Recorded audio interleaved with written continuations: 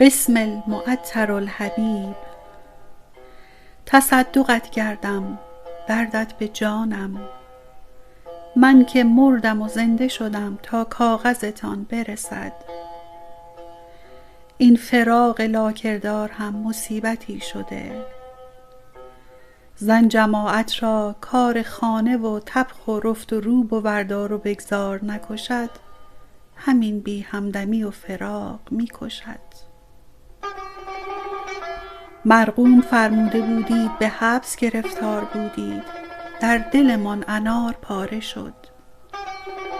پری دخت تو را بمیرد که مردش اسیر امنیچی ها بوده و او بی خبر در اتاق شانه نقره به زلف می کشیده. حی لایموت به سر شاهد است که حال و احوال دل ما هم کم از غرفه حبس شما نبوده. اوضاع مملکت خوب نیست، کوچه به کوچه مشروطه چی چنان نارنج های چروک و از شاخه جدا بر اشجار و الوار در شهر آویزانند و جواب آزادی خواهی داغ و درفش است و تبعید و چوب و فلک. دلمان این روزها به همین شیشه عطری خوش است که از فرنگ مرسول داشته اید و شب به شب برگیس می‌مالیم. سید محمود جان، دل بی صحاب زود نخکش می شود، چروک می شود، بوی نامی گیرد، بید می زند، دل ابریشم است. نه دست و دلم به دارچین نویسی روی حلوا و شل زرد می رود، نه شوق وسمه و سرخاب و سفیداب داریم. دیروز روز بیگم باجی ابروهایمان را گفت پاچه بز. حق هم دارد، وقتی آنکه باید باشد و نیست، چه فرق دارد پاچه بز بالای چشممان باشد یا دم موش و قیتان زر. به قول آقا جانمان، دیده را فایده آن است که دلبر بیند.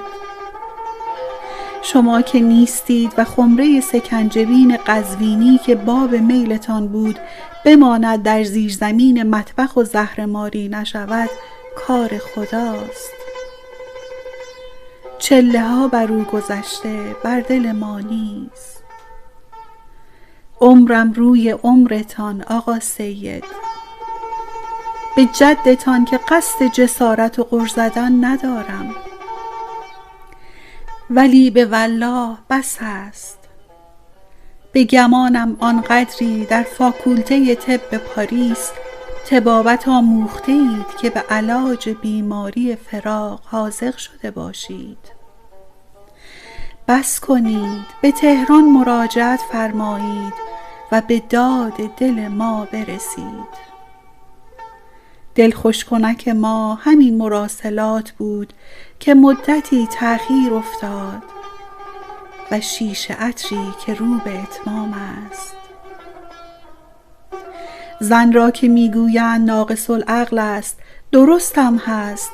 عقل که داشتیم پیرهنتان را روی بالش نمی کشیدیم و گره از زلف وا کنیم و بر آن بخسبیم. شما که مردید، شما که عقلتان اتم و اکمل است، شما که فرنگ دیده اید و درس طبابت خوانده اید، مرسوله مرقوم دارید و بفرمایید این ضعیفه ناقص العقل چه کند؟ تصدقت پری دخت، بوسه به پیوست است.